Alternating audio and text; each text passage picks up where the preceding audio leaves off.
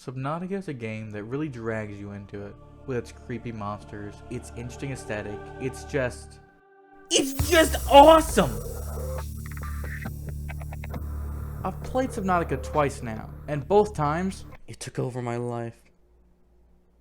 My entire feed on all social medias turned to just Subnautica. I got so distracted by it, I ended up losing my job, and that's why I'm starting my own shop selling adult diapers.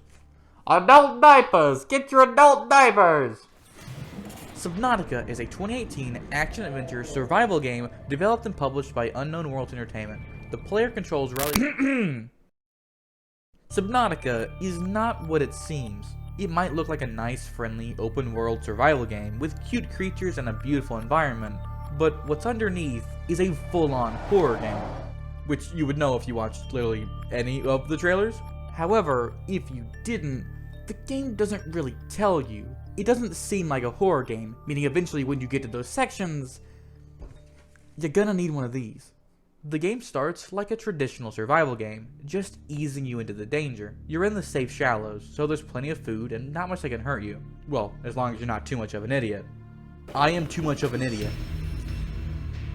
The gameplay loop is pretty simple. Swim around to collect resources, use those resources to make items, and use those items to find more resources, and repeat. It's a pretty common gameplay loop for survival games, but don't worry, it gets better. I'm gonna need a new one. The better your equipment becomes, the deeper and deeper you're able to go. Going deeper not only means being further from the air and even sunlight, but it also means there's more room for bigger creatures to be roaming around. And trust me, they are. A game like this could easily lead to confusion. It's often super dark to get a good enough grasp of what's around you, and the fog makes it impossible to see too far in any direction. And if you try to come up to avoid the fog, you're met with a feeling of isolation and loneliness. But the world is strangely easy to navigate in spite of that. Biomes look distinct, from the dark green kelp forests to the bright red grassy plateaus, the orangey pink in the mushroom forests, or the purple spheres in the bulb zone. Each area using vastly different colors, plants, and yes, animals, makes it easy to keep each one separated in your mind, and you can easily remember how they all connect to each other. Subnautica manages to make a world that both feels natural and like a real living planet, but also artificial enough that you don't get lost. To add on to that, the game has the occasional landmark to help you get your bearings. In other open world games, landmarks give you hope. Not here though. When the game starts, the giant spaceship you've been riding in, the Aurora, crash lands on the planet, which obviously means it receives some damage. So when swimming around, you'll often just come across parts of the ship, now laying somewhere on the ocean floor, broken off, yet still somehow intact. I'm not sure if this is the type of thing that freaks everyone out, but it does me. Guess I have submechanophobia. Fun fact, I looked up the fear of man-made objects underwater because I wanted to know what it was called, and I didn't realize I was on Google Images. I terrified myself. Seeing this stuff in Subnautica is off-putting, but I also don't want to stop looking at it. It makes me think about how it happened, how it felt to be on the ship, what everyone was thinking when the ship went down. We can find out what happened to most of them though, as we receive distress signals on the radio. Receiving pre-recorded distress call, laying back. This is Lifepod 3, uploading our coordinates. And you can even go search for their life pod to try and help them. However, every time we get there, no one needs help anymore. Apart from the life pods and broken sections, we can also explore the actual ship itself. And in fact, you need to beat the game. Having us find these life pods and exploring the Aurora yourself gives the player actual goals to strive for, apart from just going deeper. Not only does it give you a boost if you don't know what to do, but it also forces you to find new stuff. You may find a life pod in a new biome, so you might as well look around that biome. On the Aurora, you can find the prawn suit, the greatest invention you can make in the game! This is awesome! Even if you're not on the ship, around the crash site, you can find tons of resources, and even scan stuff that'll help you make a submarine. This is a great spot to...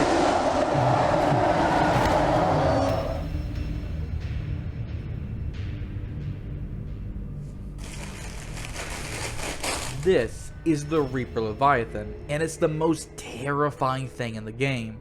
There's a few spots in the game where you can find them, or more accurately, they can find you. Not only is the design creepy, but it's recognizable, every inch of it. Even if you just see its tail in the distance, you know what it is, and you're terrified. Combine that with its roar, you are crapping all of your pants. When you hear that roar, not only does it mean the Reaper is nearby, it means it sees you. And if it sees you, you are going to die. In real life, you're gonna have a heart attack. I don't know if I made that obvious enough. Leviathans are the scariest part of the game, but they're also the coolest part. There's gentle giants like the Reefback, but also dangerous ones like the Ghost Leviathan. Actually, these can only be found on the map as juveniles. I wonder where the fully grown ones are. Foreshadowing. There's also the Sea Treaders, who you'll have a good chance at not running into as you play the game, because I missed them both times I played it. They also poop on the floor. I can help with that. These creatures, both the Leviathans and everything else, adds character to the game, and makes this world come to life, and makes you come to death. After finding as many life pods as you can, and exploring the Aurora to your heart's content, you're finally able to step into the endgame.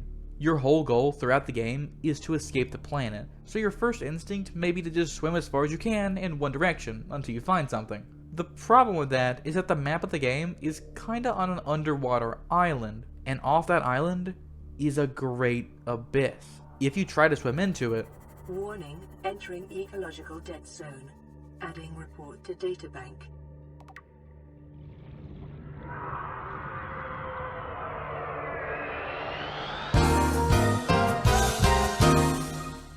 the combination of literally being in the middle of nowhere with no kind of land around you and just pure darkness, and then a giant transparent alien fish comes out of that nothingness screaming at you, this is terrifying. End of foreshadowing. This game is wetter than a white Christmas. What? IGN was right. This is too much water. This water is bluer than when my sixth wife asked for a divorce. Please leave? Yes, man. Some people. Wait, would you like an adult diaper? To escape, you are contacted by another ship that'll come rescue you, and you just have to survive till it gets there. Aurora, we're approaching the planet now. We have a landing site for you that's... well, it's better than the alternatives. You're finally filled with hope that you'll be able to leave. Wait for the timer to tick down, meet up at the landing spot, and... Enemy disturbance detected. Vessel lost.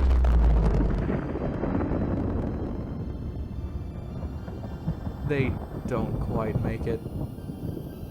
But this does show you a cool alien place to check out. Ow! Warning, infected individuals may not disable the weapon. This planet is under quarantine. Ah, that's not good. The true way to progress is by doing what you've done this whole time. Go deeper. There's quite a lot of holes leading down into the planet with this underwater cave system, enough to make it easy for all players to at least find one of them. After I found one, I decided to build a new base right above it, since I knew this would become the main place I needed to be. So I,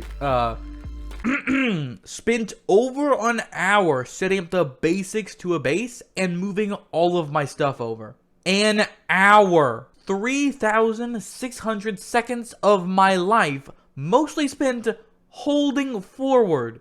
All while the game told me for the 200th time that my base was literally falling to pieces. And I don't regret a single moment of it. I am as surprised as you are. If I told you to play GTA 5 without fast travel and without vehicles, you'd probably shoot me in the face. But somehow, a few games, including Subnautica, have managed to make that slow, monotonous gameplay of just holding forward actually fun. If nearly any other game required me to do this, I would probably hate it. But here, because it's something I chose to do, because I wanted a new base, I don't really have anyone to blame but me. And I like me.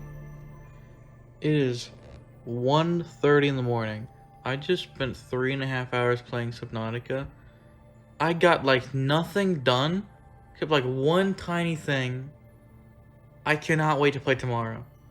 Once you start exploring the caves, the gameplay shifts. You'll most likely be using a prawn suit, which can make its own oxygen and can withstand attacks much easier, meaning you probably won't need to go back up for air nearly as much, and leviathans aren't nearly as threatening.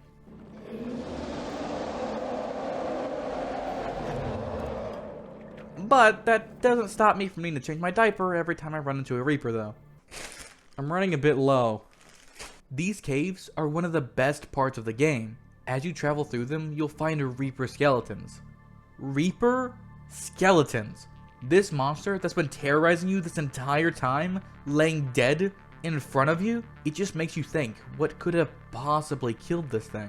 That's not the only skeleton you find though. There's this big fish thing, that giant crab, I think? Oh, and the gargantuan leviathan. This thing is so huge. It doesn't move or pose any threat whatsoever, but just looking at it, knowing it existed in this world, gives me chills. That's something the game does really well at. It's not just going to give you a fun time while you play it, but it's also something that you'll think about long after you stop. The game has lore, and a lot of it. You might be thinking that means it's similar to FNAF, but Subnautica hits you with a very different feeling with its lore. FNAF feels like a puzzle, with a bunch of pieces that you need to figure out how they fit together and explain. Most of Subnautica's lore, though, is either outright stated or really easy to explain. It doesn't stick with you because you don't know how things happened, it sticks with you because you know exactly how things happened. Subnautica is terrifying because you know the answers. Even when I'm not playing it, and even for those who have never played it, just thinking about it, thinking about this world, these creatures, gives you a feeling of fear and intrigue. Our life pod landed in a safe area, but what if it didn't? Would we have ended up like all the other life pods? Life pod 2 gets flooded, and while the survivors fixed it, they sank 500 meters down. They were trapped and had no way to leave. Life pod 13 died on impact, and we get to hear his last moments accepting death. Life is a game which the universe plays with itself. I am done playing as this bundle of flesh. Return me. Life pod 4 landed upside down, right in Reaper Leviathan territory. He tried to use decoys to distract them and get to the crash site. We're not sure if he made it, since even if he did,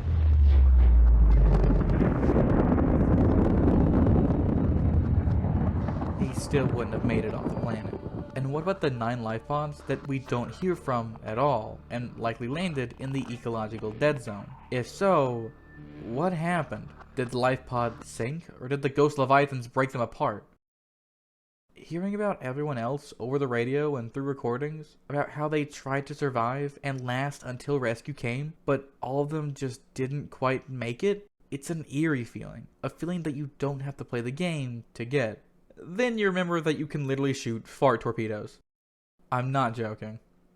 Subnautica is a game that really sticks with you, both in your mind and your pants. I ran out. What's good? I'd like to buy some adult diapers. Dang it! Get the diapers! Part of me really wants to like this game, and the other part of me really wants to hate this game, and I don't really know what to give into, but like, I just like it. I don't know. You should play it. It's fun.